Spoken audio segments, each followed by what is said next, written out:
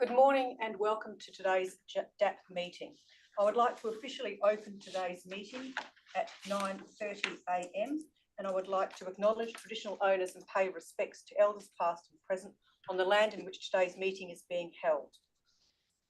As everybody is aware, we are running the meeting also parallel by electronically from social along online. And for those online, if you could just make sure you're on mute so we can all manage the meeting carefully in terms of speaking. The panel members for today's meeting, we have two members online, Mayor Robert Rossi, Councillor Phil Marks. To my furthest right, Peter Lee, Specialist Member. To my immediate right, Leo Donoghue, Deputy Presiding Member. My name is Francesca Levanti, Presiding Member. We have a number of apologies for today's meeting. I won't read those out. They are contained in the agenda. There are no members on leave of absence to today's meeting, and the minutes for this meeting, like other DAP meetings, will be available on the DAP website. DAP will occur in two parts today, Part B being dealing with the matters for the City of Belmont and Part C being the matters for the City of Vincent. And we will be changing a couple of members when we change from between those two parts. Members, can I have a show of hands that you've duly considered all matters relating to this item, bearing in mind there was a late material submitted at 8 p.m. last night. Just to make sure. So if I can have a show of hands, you've duly considered it. It's unanimous for the minute taker, and can the minute taker also record there was a late material that came through that the members have read. Members, are there any disclosures of interest for today's item? There are no disclosures of interest. We are going now straight to item 3.1, and we have one presentation from Ashley Richards, and we have also the City officers who will present after that. So if Ashley Richards would like to present. And we do have your submission. Thank you. Just to advise you that with JDAP, the JDAP regulations have changed. It's now a 3-minute time slot for your presentation. A sort of hoarding staff will advise us when you get to that time, and we'll ask you to essentially wrap it up. Thank you. Thanks to the presiding members, DAP members and council officers.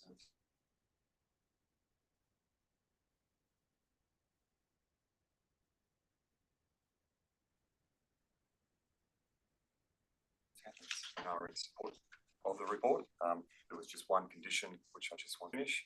Otherwise, sorry, I can't hear any of this. To us. Just in terms of. Sorry. Oh, okay, I'll speak louder. Yes. Okay. If the gentleman could speak into the microphone or speak louder so that we can hear it, would be very appreciative. Okay, I'll speak louder. Can you hear me now? Yes. Yes. Okay. The development site, as you're aware, is 242 Knutsford Avenue. It's located very close to the, I guess, the Belmont commercial precinct. The area is 1,160 square metres. The zoning is R20, R50, R100. So we're working on around R80 in terms of the actual zoning use. The height limit is 15 metres or 4 stories above the height line. This particular project, although it's residential, we are focusing on SDA accommodation. We have a total of 13 SDA apartments and the 2 overnight accommodation apartments, including common areas and the roof terrace on the upper level. There are 12 residential car bays plus 2 visitor bays.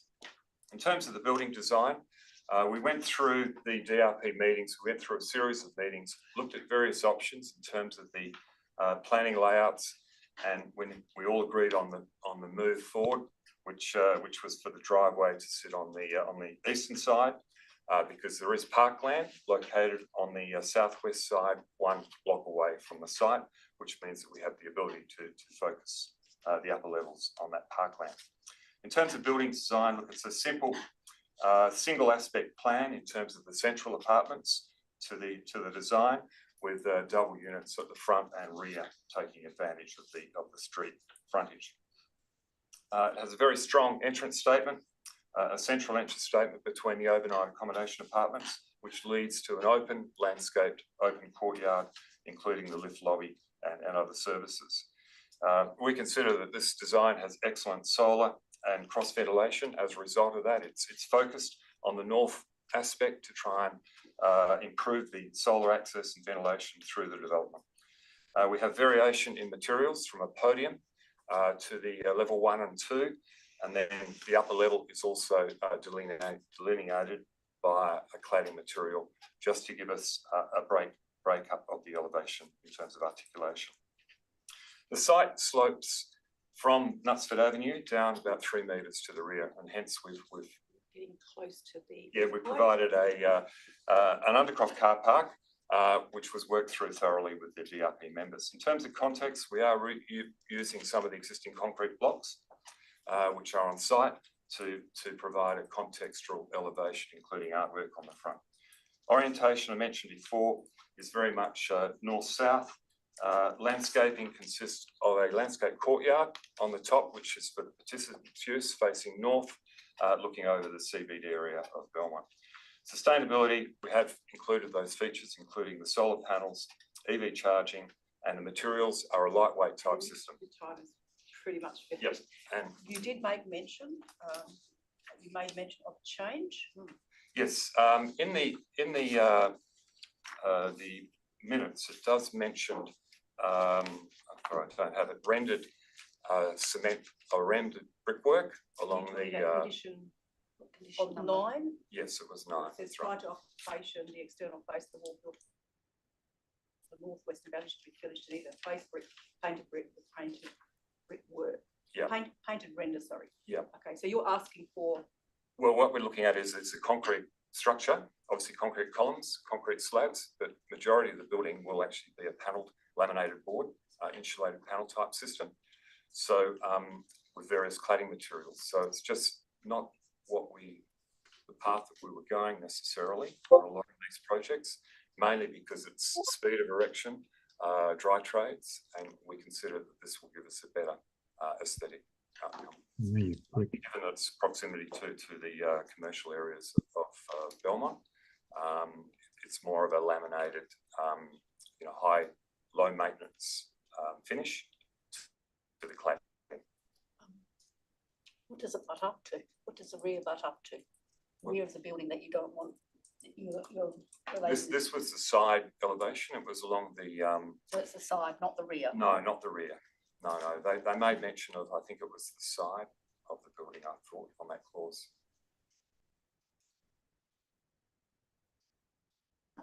Any other questions at this juncture? Any other questions from those online? Thank you. Okay. And we'll go to City Office if you want to move forward.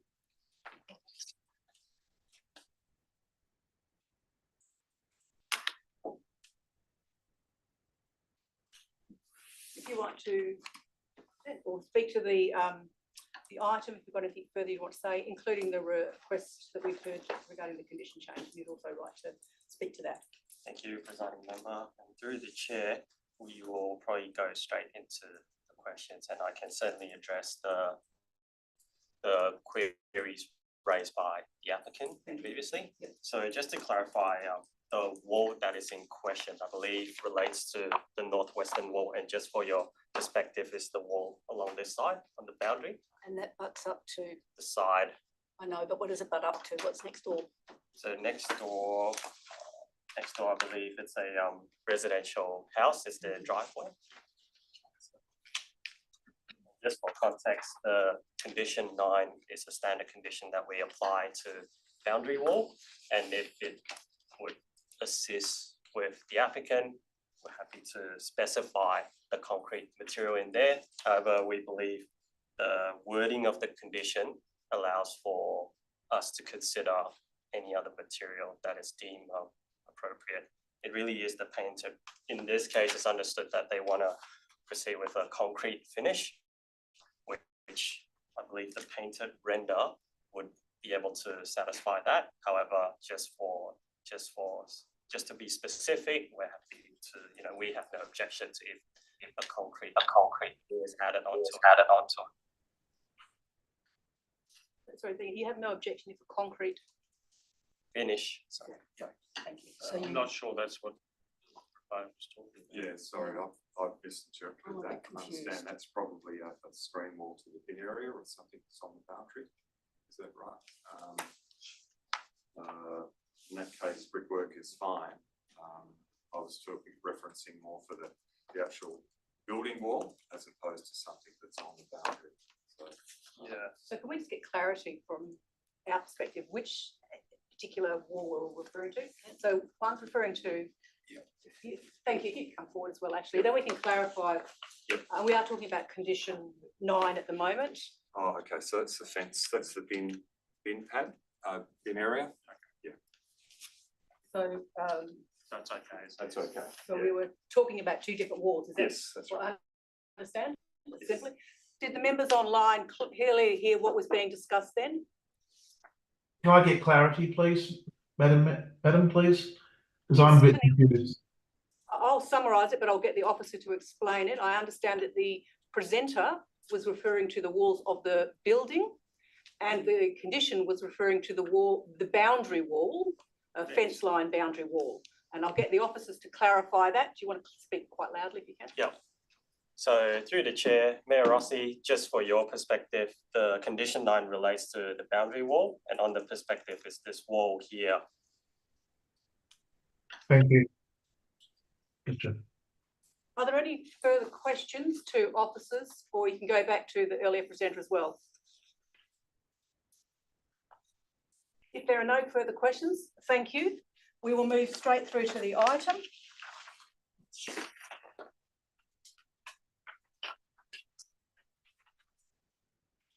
There is a recommendation in the item.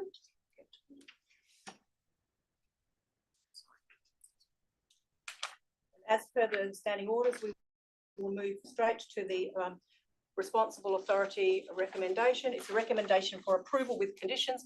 Is there a mover of the RA recommendation? Yep, It is moved, Peter Lee. Is there a seconder for the RA recommendation? It is seconded, Leo Donoghue. Would the mover like to speak to it? Yeah, I think this is the recommendation is for approval. The conditions are pretty standard. It's a good use, a location that needs this sort of use, and it's a confident piece of design. That's it. Thank you. Would the seconder like to speak to it?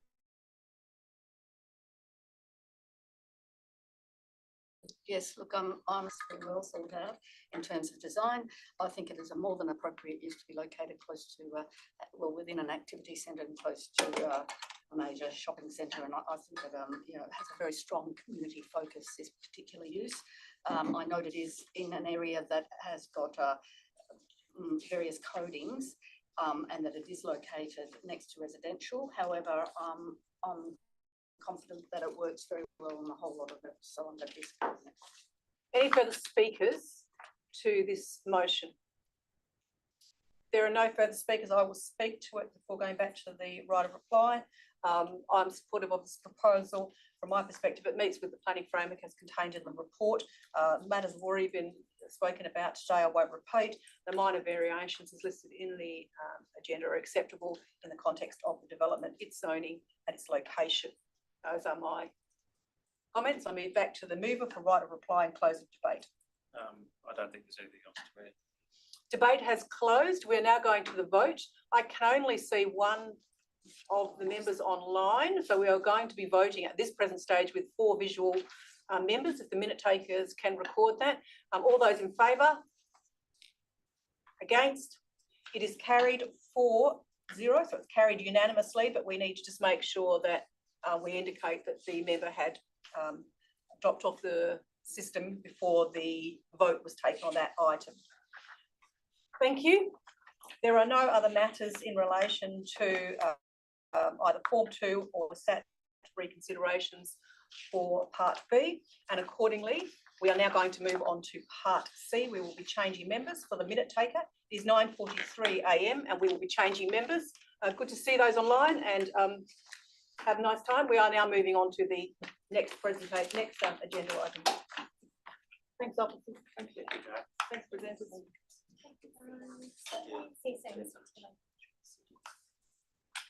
Just wait for everyone else to come in.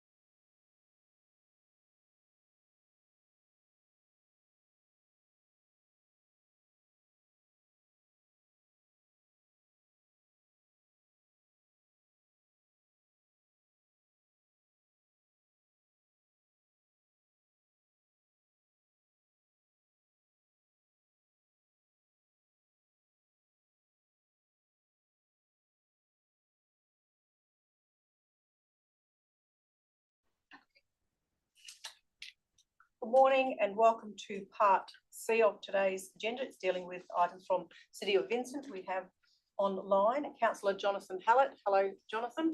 Good morning. We have to my furthest right, Peter Lee, Specialist Member. To my immediate right, Leo Donoghue, Deputy Presiding Member. And my name is Francesca Lafanti, Presiding Member. Panel members, we have a series of material today, including presentations and some late item that was presented late in the yesterday. Can I have a show of hands that you've duly considered all matters, including the late material? That is unanimous for the minute taker. Members, are there any disclosures of interest? That is nil for the minute taker. We have one item on part C. We will deal first with the presentations before going to the report. We will deal with presentations 1 and 2, then questions from the panel, and then we will deal with the City of Vincent officers and then back to panel members. So according to this, there is both Paul Nugent and Nathan Stewart. If you'd like to come forward, I don't know which one of you, we've listed as Paul going first. And I'd just like to advise that, as you're probably all aware, the DAP regulations have changed, and in terms of presentations is a 3-minute time frame. I'd encourage you to keep focus on your key matters you want to present to us today. Bear in mind that panels have also been provided the material that you submitted to us and have read it, and you've seen, as you have seen and voted, that they've duly considered it. We have support from DAP today, it's Secretariat, and they will advise me when you meet your 3 minutes, and I will ask you to conclude your, essentially conclude your presentation. Over to yourself. Morning, thanks for the opportunity to present. My presentation relates to condition 6.6, which point 1, which states prior to issue of building permit, amended plans submitted to the satisfaction of the city, demonstrating modifications to the vehicle crossover, providing a 1.7 metre truncation at the junction of the laneway and vehicle entry point.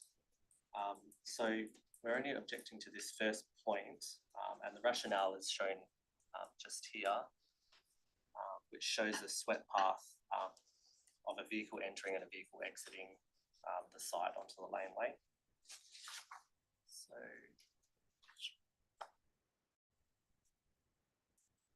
So we believe the justification for this condition isn't realistic for these reasons below. So the first point is the exiting vehicle shown here is kind of tucked into this landscaping point, and it's not where a vehicle would be sitting as they're exiting the site.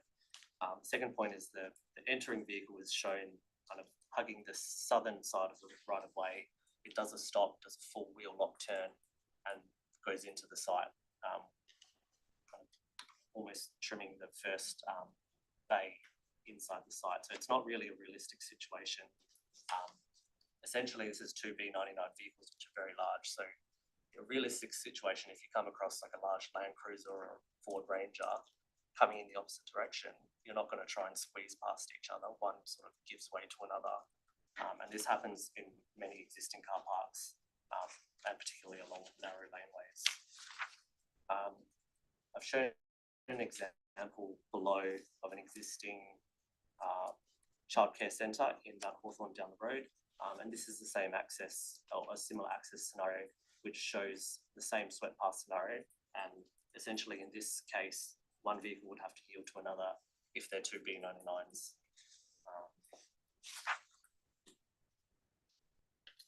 So these are some sweat paths based on this actual site and what would realistically happen. These actually show the exiting vehicle turning in the same direction as the entering vehicle, but realistically someone might turn the other way. If you see someone coming in one direction, you might choose to go in the other way.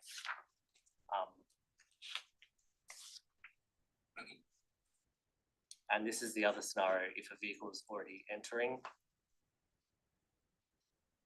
the exiting vehicle would simply wait back a little bit. It's unlikely that they're gonna, if someone's already partway into the entry and it's a large vehicle, you're not gonna move forward and try and squeeze up next to them. You just yield for a couple of seconds until they go past and then continue on. And so based on these realistic sweat paths, we believe the 1.7 metre truncation isn't realistic and isn't required. And so we request the condition is amended to remove that point. The alternate would be to perhaps negotiate a more realistic truncation. I believe the city's laneway policy refers to a reduced 1 metre truncation along right-of-ways where there's low volumes and low speeds. So if needed, perhaps it could be reduced and the condition could be a bit more realistic. Thank you. We will now go to our second presentation, Nathan Stewart, before going to questions from the panel.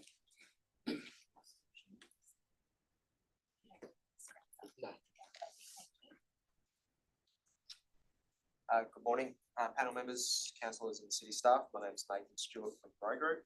Here today to speak on item 3.1 of Part C. With me today is the project team as well. We've worked on this proposal for a couple of years now. This is a well thought out proposal incorporating a ground floor restaurant, which will add more street level activation within a growing area of Mount Hawthorn. On the first floor is car parking screened behind the administrative part of childcare, and above this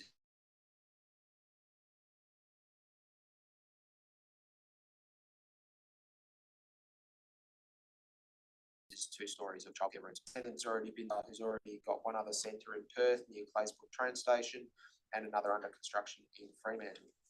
The city's recommended approval subject to conditions. We're generally supportive of the city's recommendation, but as you've heard from Paul, we're requesting a modification to condition 6.6 and removal of condition 8.3, which in the information package submitted overnight from the city is supportive of condition 8.3 being removed, and we're happy with that, accepting of that, and thank the city for their support of its removal. In relation to condition 6.6, based on what you've heard from Mr. Nguyen, we're of the view that condition 6.6 should be modified to remove the first bullet point. As you heard in his presentation, there may be scope for a modified condition 6.6 to be considered, whereby the condition is reworded to remove reference to the 1.7 metre truncation and simply having a truncation being required. That would allow the city and the proponent to negotiate an outcome in terms of the size of that truncation. You've heard from Paul that there's scope within the policy for a reduced size truncation to 1 metre. So that condition could be worded more broadly to allow that to be a negotiated outcome as part of the more detailed design. So happy to discuss that further as well. In summary, we're generally okay with the city's recommendation subject to those 2 modifications. We're all here to take any questions. If there's anything that the landowner or the architect can provide as well, if there's any questions, I'm happy to do so. Thank you for your time. Thank you for your presentation. Members, we are now going to questions to both these presenters. Are there any questions at this junction? Yes, Leo Donoghue. Just with regard to the plan that I've got in front of me that shows the 1.7 truncation, would it be fair to say that you're losing a couple of parking spots as a result of it? It looks as though there is a bit of conflict there, but as Mr. Nguyen said, the sweat path does seem unrealistic, where cars would drive up the laneway, essentially stop, put their car on a hard block and then turn into the site. That, in his view, is an unrealistic movement. So we don't think that we're going to lose a bay there. it might be tight, but It looks it's, like 2 bays to me. yeah, I thought it was a little, but I believe it's one bay that, the red line is a 300mm clearance. Sorry, I can't. The red line is the 300mm clearance, that you should keep clear of obstructions. So the bay next to that turning movement could stay. Bay to the right or the left on the diagram? Both could stay. Yeah. They haven't shown the sweat Both path. will stay. We haven't seen the sweat path of the vehicle exiting. So that side, I'm not clear on whether it could stay or not. But my sweat path in my presentation shows a more realistic. It's not going to sit hard up against those bays when leaving. You're going to move closer to the centre and turn around it rather than clip the bay or come that close to it. Thank you. We have another question from Councillor Jonathan Hallett. Thank you. Thank you. I'm just wondering if you can talk a little bit about the choice around the design and the lack of deep soil zones, given I guess it was a entirely new development, so you weren't constrained by existing infrastructure. yeah, so I could talk to that. Is one mic on? Yeah. Okay. Bob, do you want to talk to that as well? Just, I'll get our architect over here to speak on it as well. But the site does have quite a significant slope from Scurra Beach Road up to the laneway. So we've got that constraint that we are dealing with, as well as having minimal setbacks to the street to create that street level activation. And then we've got to facilitate the car parking on the site somehow as well. And with the car parking requirements and having to screen it from view from the street, we do have those sort of constraints. But I guess that's pretty much the same thing. yeah, our architect doesn't have anything else to add on that. Are there any other questions? Yes, Jonathan Hallett. Thanks. Yeah, and just in relation to, there were some comments in the RA about lack of canopy in the external space, and then also the choice around artificial turf. I'm just wondering if you can talk a little bit about permeability and whether there was any options to not do that. Oh, the play area. Yeah, do you want to talk to that? I mean, yeah. Hi. I think the artificial turf, I think, we're providing different. I think it's obviously maintenance is an issue, and having grass would be very problematic in order to get enough soil to grow grass and maintain it, and then drainage becomes even more difficult. So I think we've tried. I think the landscape architect has provided different types of surfaces, a variation. So we might not have grass, but we have garden beds, which part of it is it's not been designed just to be a garden bed, it's interactive, so the kids play in the beds as well, so there will be areas for them to play where there's vegetation as well. Yeah. Any other questions from members? I have a question, Sure. Probably to yourself, Paul. In your presentation, you talked about driver behaviour in that people would hold in the lane or hold on the side. Well, that would be Paul. Sorry, I beg your pardon. Yeah. My glasses on too much. Could you explain what sort of how you the rationale for that comment? Because that sounded like an opinion. Can you explain why that's the case? And I suppose my question is leading to, does that not suggest that your driveway needs to be wider? And I suppose is that the issue that seems to be discussed is that a driveway issue, because typically you should be able to pull in and out of a driveway appropriately. So I'd be interested in your comment about your justification. Part of your justification was driver behaviour.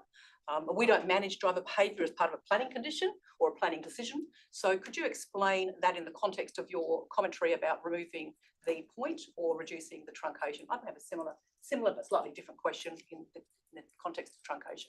Yeah, it is partly due to driver behaviour. The reality is if vehicles are getting larger, so if you get into a position where there's 2 Land Cruisers or 2 Ford Rangers coming against each other, even with a compliant, say 6 metre wide driveway, it's not necessarily realistic that they're going to pass each other exactly. One might stop and let the other pass first to allow an easier manoeuvre, a quicker manoeuvre, rather than trying to squeeze past. So there are situations where you could provide a fully compliant design in terms of AS 2890 around the standard, and there's still going to be points in the car park where one has to yield to another. And there's also provision in AS 2890 that leaves it up to the designer to decide at what points in a car parking area need to accommodate two vehicles turning. There's mention in there that certain areas can be designed just for one turning vehicle at a time. And does this meet those requirements that you're referring to? Yes, because the swept paths shown in one presentation show that it's wide enough for one large vehicle to turn at a time, accepting that one may. But does it meet those criteria for when you apply that provision? And I've got a similar question to the officers. You referred that there are provisions, and I don't have them in front of me. So my sub-question is that you said there was a set of conditions or provisions that deal with a single manoeuvre in, Yes. and how does that relate? I suppose my question is, how does that relate to this development? So the provision is that there are certain areas where it only needs to be designed to allow one B99 vehicle to turn. And so my swept passes show that one B99 is able to turn through that access at a time. So in that respect, it does meet that provision. So in the context of your presentation, talking about where people park or hold in order to pull in, can you talk about that in the context of the truncation, which is what we're referring to in that condition? Yes. It seems to me that the truncation is being requested to ensure sight lines and turn circles. Can you further clarify why, in the context of what we've just been talking about, we should consider that as an appropriate modification? So the rationale behind the truncation is this scenario that's shown in the RA with one vehicle holding while exiting and one vehicle entering at the same time. This is an unlikely scenario because in reality, one vehicle, if you see another vehicle entering and they've already either just come up to the laneway entry or have started turning in there, you're not going to move forward and squeeze up next to them for them to go past you. Someone's got to get to that point first. So if it's the entering vehicle that gets there first, the person that's exiting will hold, they're not going to move up that far. If the exiting vehicle has reached the exit point onto the laneway or they're already poking out,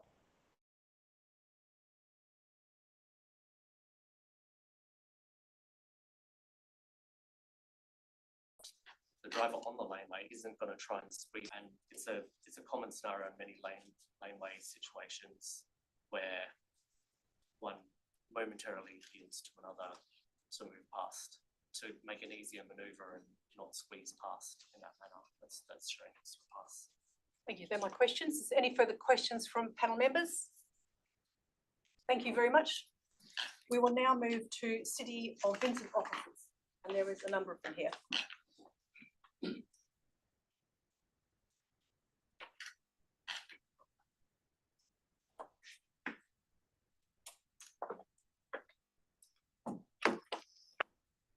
When you're ready, you can either provide some commentary to the additional material, to the RA, or to the question. So I'm going to hand it over to you to comment on it. Great, thank you. So maybe we'll provide some clarification on the additional information we submitted through yesterday afternoon, just in relation to those two conditions. So I'll start with the amendment to maybe the easy one, which was the removal of I think it's condition 8.8, sorry, I forgot the number, just about the notice on the title. So as I explained in that additional information, we're supportive of that removal. It is a condition that we would seek to put on mixed use developments, particularly impacted by SPP 5.4, but we are accepting in this instance of removing that condition on the basis that the acoustic assessment has appropriately addressed the requirements under SPP 5.4, including the glazing requirements that would be provided to comply with external noise. And yeah, we'd be accepting of removing that condition on the basis that there would be no need to really notify prospective buyers in this instance, given there's no residential component of the proposal. In regards to the access and the deletion of that dot point 1 of the condition, essentially we have requested that condition on the basis that The access is already a constrained environment, and that's due to the 5.5 metre wide right-of-way, which would be provided after widening, as well as a reduced driveway width of 5 metres, which we're accepting in this instance. Usually we would seek 6 metres within this type of access arrangement to allow for that additional manoeuvring. But yeah, the 5 metres is to allow for the double, the parking on either side of the driveway, as well as a separate pedestrian access point for safety. But we were only accepting of that 5 metre width on the basis that we would need some truncations for vehicles to safely manoeuvre in, combined with the fact that there is the only one access point in and out of the development, and that during peak periods of pick up and drop off, there would be a high vehicle turnover of people coming and going. So while we accept the applicant's justification that there'll be a range of different scenarios of vehicles exiting, our engineers consider that it's highly probable that vehicles would approach and wait at the rear boundary, which may lead to congestion, reduce visibility, and impact safety potentially. From our perspective, the truncations are required. We landed on 1.7. Our policy seeks a minimum of 2, but the 1.7 was landed on to ensure that the bays wouldn't be impacted, so no bays would need to be required to remove, and yeah, that would be the absolute minimum that we would be able to accept to ensure safe access. There's nothing else from our perspective that would impede the removal of those, the provision of those truncations. We're accepting of the reduced impact to the landscaping, but there's no structural columns or the like that would need to be impacted either. So yes, we would be seeking the 1.7 as the minimum. That's the planning perspective. If there's any more engineering questions, happy to for our engineer to provide a bit more of a detailed response. Thank you. Panel members, is there any questions at this juncture? Yeah. Sorry, Peter Lee, and then we'll go to Jonathan Hallett. So, you mentioned the access width being 5 metres. From what I look at here, it's 5 metres in between the landscape sections, but then it seems to be wider where the car bays are. So I'm a bit, is it 6 metres between the car bays? 5.8. Yes, it increases to 5, from 5 to 5.8. 5.8. Adjacent to the bays, yes.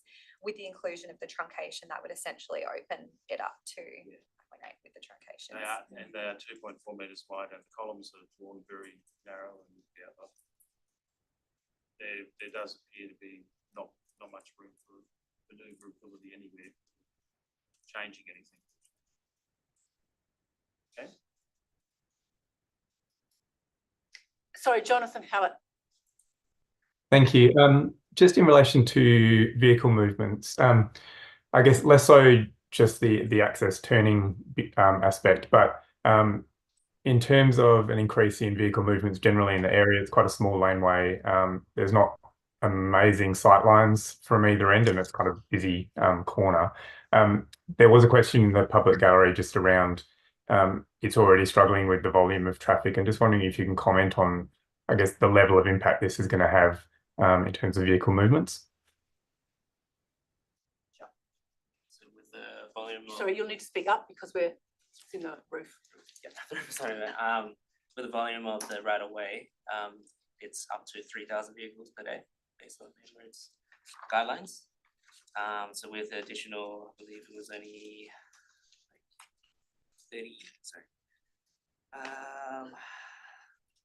73 vehicles trips in AM and 74 in the PM. The right of way would be acceptable for those trip increases. Yeah, as it's up to 3,000 vehicles per day based on main roads, road high. Still within the capacity of the right of way. Did the member online hear that clearly enough? Yeah, thank you. And can I just ask another one, just in relation to the building that's across the laneway, that's a Clinipath, I think. Can Can you just clarify what the zoning is of that building, and if there was future development on that site? Like I feel like the abuttress to the laneway in terms of this development seems okay because of the kind of openness of the car bays and the green space that's there. But if that entire site was redeveloped, what would that look like? Yeah, sure. So through the chair, the northern adjoining property, both directly to the north and to the northwest, are zoned residential R60. And they have a two-story building height. So yeah, as you said, that northern property is used as a medical centre at the moment, which is a non-residential use, but it does have the ability to be redeveloped. The building height standard is 2 stories. Through the planning framework, they could seek discretion to increase that. But yeah, in terms of future context, it could look like future apartments. It could remain as a non-residential development. But ultimately, we have considered the impact of the future context if that were to be redeveloped similar to the northwest property. And we consider the design of this development has appropriately responded to potential future context through articulation, setbacks and landscaping as a buffer to that rear boundary to reduce potential overlooking and the like in the future. Thank you. Are there any other questions at this juncture to the officers? There are no other questions. We now move back. Thank you, officers. We now move back to the agenda. There is a recommendation at the beginning of the RA. Let me get to it.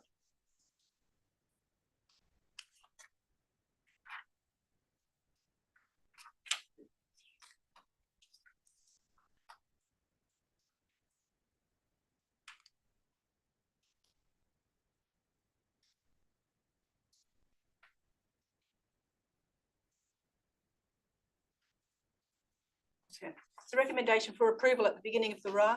Members, you have heard the discussion regarding condition 6.6.1 and condition 8.3. Is there a mover of the RA recommendation?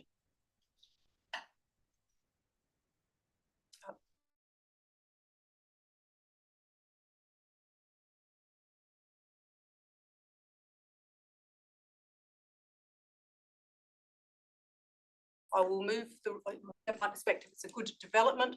It sets some context with the planning framework and its location. The design is well designed in relation to both frontages, but that being the lane as well as the street. And I think the combination of uses on the site is a good mix for both the activation along the street as well as an excellent location in terms of childcare. That's my initial comment, but at this juncture, I would like to move an amendment straight into the item. My amendment is specifically Amendment 1 for the minute taker. My amendment is the deletion of condition 8.3. If there is a seconder for the amendment, seconded Leo Donoghue. I'm moving it to be deleted. Additional information has been provided.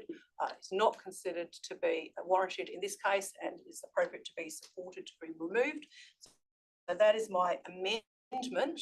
I'll move to the seconder for the amendment. Yeah, look, I agree with that. It's not necessary in this instance. Is there any other speakers on Amendment 1 only? There are no other speakers on Amendment 1. Sorry, yes? Sorry, just to say I don't support the amendment. I think the justification I heard from our planning officer at Vincent, I think warrants that we've already been flexible in terms of the recommendation for 1.7 rather than 2. Sorry, no, we're only dealing with. Sorry, I should clarify. My amendment was only 8.3, condition 8.3. Yep. Sorry. Did you want us to continue speaking on 8.3? No. Okay. We are now going straight to the vote. There is no necessary for right of reply. Members, we're going to vote on Amendment 8.3 being Amendment 1, condition 8.3 deleted. All those in favour? It is unanimous for the minute taker. That concludes my opening commentary. over to the seconder. Okay, in terms of the planning framework, I think this fits in very nicely. I would have to make the comment that this is probably one of the few daycare centres that I've seen located appropriately. We have this, we see a lot of daycare centres and they're not always in the easiest areas to locate or the most appropriate locations. So I think for that reason, this is a very appropriate land use. I think the provision of a cafe stroke restaurant on the ground floor will add to the activation already existing along Scarborough Beach Road at that point. And I think it's been very well designed, well thought out, and I'm very supportive of this proposal. Thank you. Are there any other speakers on the motion? If there are no other speakers, I will move straight to the vote. I have no further comments as right of reply. Members, you are voting on a motion for approval, including the amendment, which was to delete condition 8.3. All other conditions are remaining at this juncture. We're voting on this. All those in favour? It is carried unanimously for the minute taker.